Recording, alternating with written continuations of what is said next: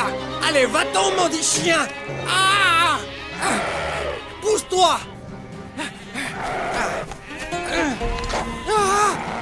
Va-t'en! Laisse-moi tranquille! Ah! Ah! Tonnerre! Qu'est-ce qu'il y a? J'ai compris, c'est un morceau de la chemise du voleur. Tu es un garde courageux et fidèle. Et tu as accompli ta garde comme il le fallait. Tout comme l'avait fait ton grand-père avec ses maîtres les gens de la caverne. Ah, je vais te raconter son histoire. Il y a très longtemps, il existait une ville qui était gouvernée par des gens injustes.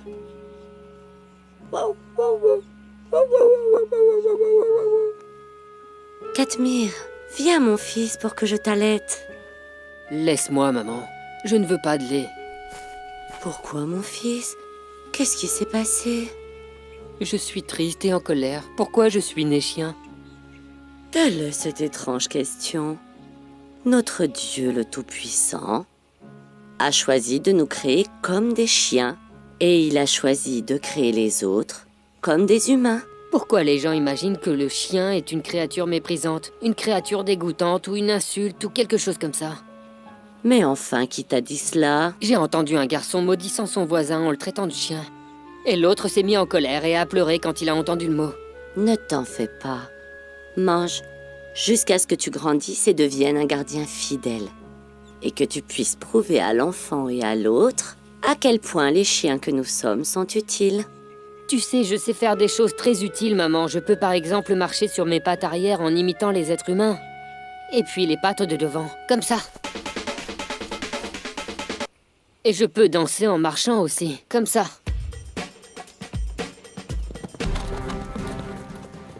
Merde, Katmir! Dépêche-toi, tu dois fuir! Mais pourquoi fuir?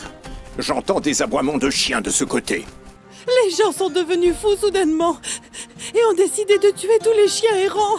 Voilà un autre chien! Ne dis rien, mon fils. Prends la fuite avec lui, Wafia, et faites attention que personne ne vous voie.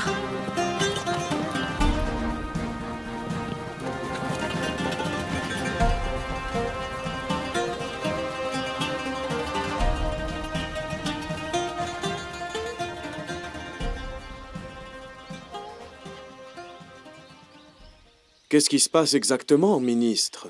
Je suis dans le même cas que vous. Je souffre de la tyrannie du gouverneur. Et je ne peux pas déclarer ma foi. Surtout ne faites pas ça. Nous perdrions un croyant sincère capable d'entrer au palais et d'avoir des informations. La situation est vraiment très mauvaise. Le gouverneur corrompu massacre nos fidèles et les accroche ensuite sur les murs de son palais. Il ordonne aussi de tuer les pauvres chiens innocents qui n'ont rien à voir dans tout ça. Il dit que les chiens aboient pendant la nuit et qu'ils dérangent les gens. Les chiens aboient car il y a des voleurs qui gouvernent notre cité. Ou alors ils aboient de faim et d'injustice. Il va falloir que nous nous quittions maintenant. Je ferai de mon mieux pour pouvoir vous faire entrer dans le palais. Toi, bûcheron, en tant que fournisseur de bois. Et quant à toi, berger, en tant que fournisseur de viande. D'accord ? Faites bien attention à ce que personne ne soit au courant du lien entre nous.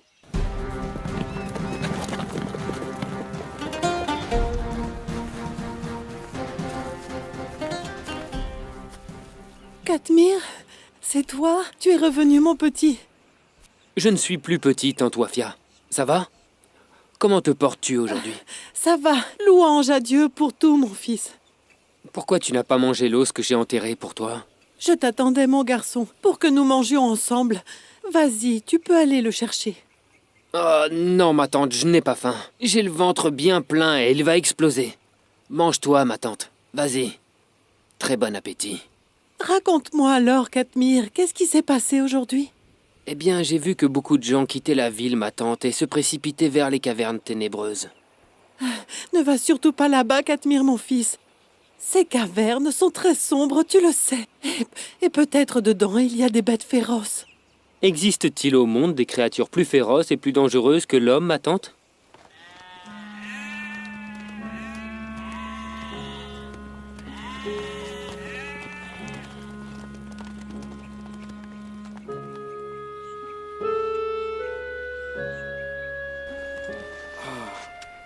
Louange à Dieu pour la nourriture et l'eau et la grâce de la foi.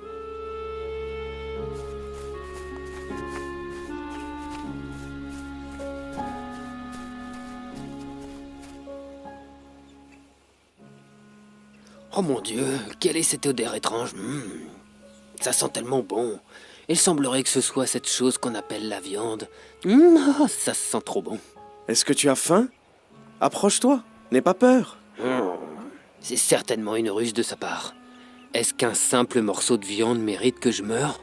Puisque tu as si peur, tu vas manger cette viande en restant à ta place. Ah,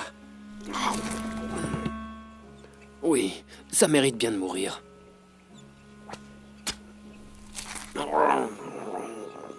Oh, viande, comme tu es délicieuse. je ne comprends pas ton aboiement, mais il semblerait que tu veuilles rester avec moi.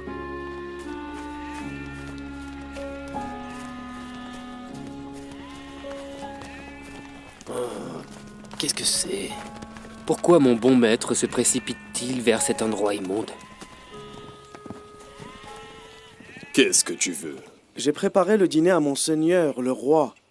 Un veau charnu et aussi 3 moutons, comme d'habitude. Tu peux entrer, mais marche prudemment vers la cuisine. Le roi s'entraîne dans le jardin selon les ordres du médecin. Allez, Katmir, dépêche-toi. Attendez-moi une seconde. Je veux faire comme tous les autres créatures. Je t'en prie. Oh, pas maintenant. Et surtout, ne me cause pas de problème à la porte du palais. D'accord, d'accord, d'accord. Je vais faire de mon mieux.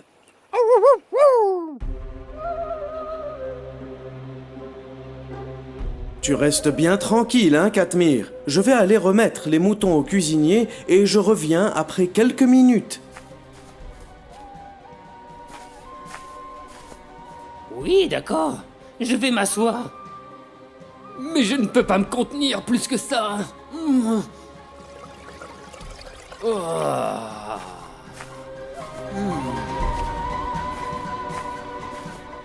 D'où vient cette mauvaise odeur?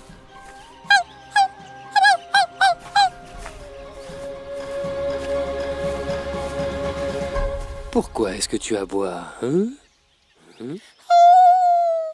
Comment oses-tu? Ne sais-tu pas que cette statue représente le plus grand des dieux vénérés à Éphèse? Le plus grand des dieux ou le plus petit? Ce qui importe, c'est que je me sens mieux maintenant. Les gardes du palais vont te tuer s'ils savent que tu as sali leur idole. Mais tu es une très gentille chienne. Tu ne vas le dire à personne, n'est-ce pas? Non. Eh bien, peut-être. Et crois-tu vraiment au mythe des gens?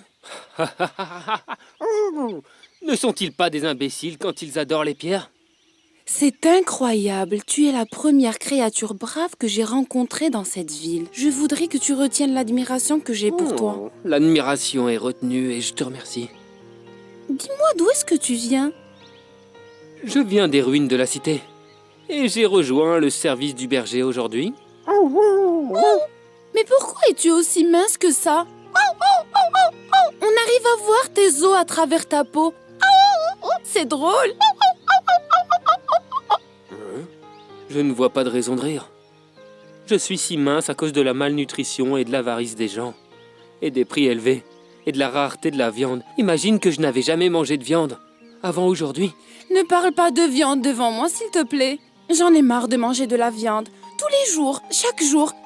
Ça me manque tellement de manger un os. Il semblerait qu'elle soit folle. Il vaudrait mieux que je m'y prenne avec prudence. Tu as dit quelque chose? Dis-moi une chose, est-ce que c'est vrai que tu manges de la viande tous les jours? Oui, c'est très ennuyant. Et tu n'aurais pas un peu de viande en trop par hasard? Toute la viande se trouve dans le plat que je n'ai pas touché. Est-ce que je pourrais voir ce plat? Oui, suis-moi. Toi, fournisseur de viande, À votre service, votre majesté. pourquoi tu ne t'es pas prosterné devant le grand Dieu quand tu es passé devant lui? J'ai des problèmes de vue, votre majesté. Je ne l'ai pas vu. Je me suis bien rendu compte que tu parlais beaucoup avec mon ministre ces derniers temps. Alors je me demande ce qui peut bien lier un berger et un ministre. En fait, il voulait... Oh, oui, je m'en souviens. Il voulait acheter de la viande pour son palais. Et il m'a précisé les types de viande qu'il voulait. C'est étrange. Mon ministre est végétarien. Il ne mange pas de viande. Mais sa famille et ses servants mangent de la viande. Sinon, pourquoi m'en aurait-il demandé? Oui, tu as raison. Tiens, fournisseur. C'est un cadeau de ma part. Oh, je vous remercie, Votre Majesté.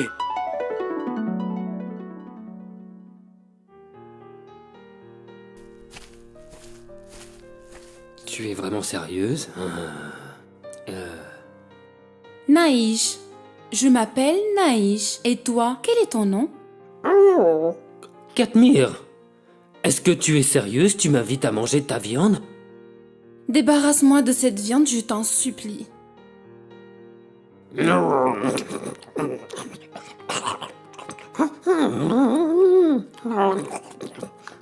Quel talent tu as!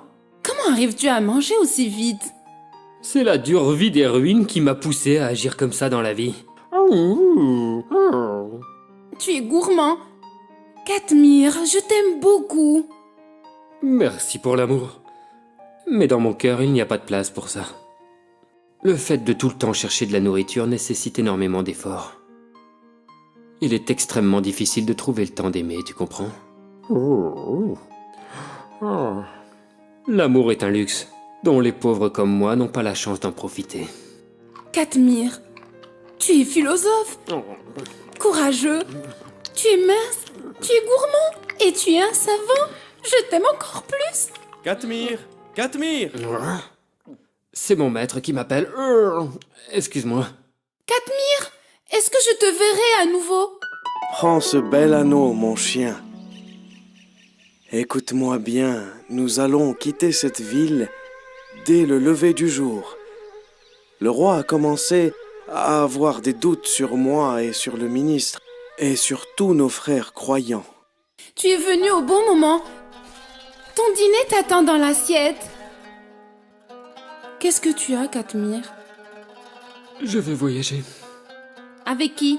C'est un secret, je ne peux pas le révéler à qui que ce soit. Les voyageurs seront peut-être 3 et je serai le 4e. Ou bien 5 et je serai le 6e. C'est toi seul qui m'intéresse. Quand reviendras-tu? Je ne sais pas. Peut-être dans 1 mois ou 1 an. Je ne sais pas. Peut-être plus. Je t'attendrai toute la vie.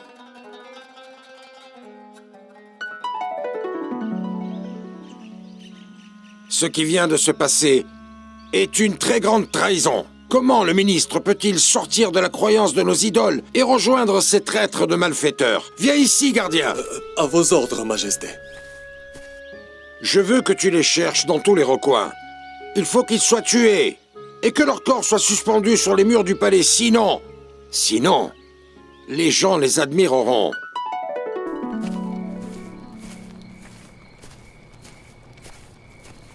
Regarde, les soldats sont en train de nous suivre.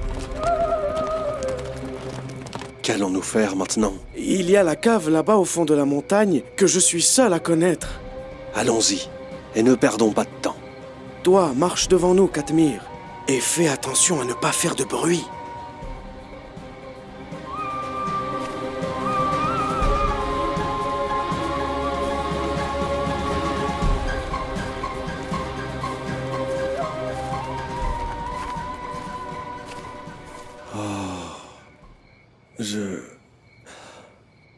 J'ai vraiment très sommeil. Et moi aussi, j'ai très sommeil. Le sommeil est une grâce de Dieu. Allons dormir un peu alors. Et Dieu fera ce qu'il voudra. Non. Tu es un gardien, Katmir. Si tout le monde dort, il faudra que tu restes réveillé. Pardonne-moi, monseigneur, mais j'ai tellement sommeil. C'est comme si quelque chose m'ordonnait d'avoir sommeil que je ne contrôle pas. malgré moi.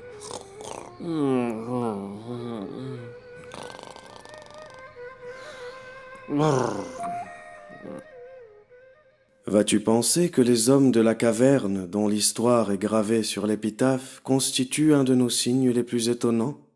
Lorsque ces jeunes gens se réfugièrent dans cette caverne, ils firent cette prière: « Seigneur, assiste-nous par un effet de ta grâce et fais que notre conduite soit conforme à la rectitude. » Nous les plongeâmes alors dans un profond sommeil dans la caverne de longues années durant. Allah le majestueux a dit vrai. Les gens de la caverne se sont alors endormis et leurs chiens aussi, malgré qu'il fût leur gardien. Comme tu es en train de faire maintenant. Ils ont dormi, sans avoir prévu à aucun moment que la vie changerait complètement autour d'eux, et que les esprits et les cœurs des gens seraient remplis par la foi. Mais le Seigneur est capable de toutes choses. Qu'est-ce qui s'est passé après qu'ils se soient endormis?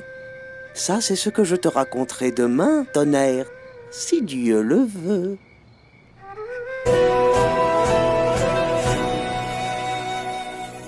وأذنت مساجد ورنت الكنائس جيران في الله أبواب بلا حارس ووصلت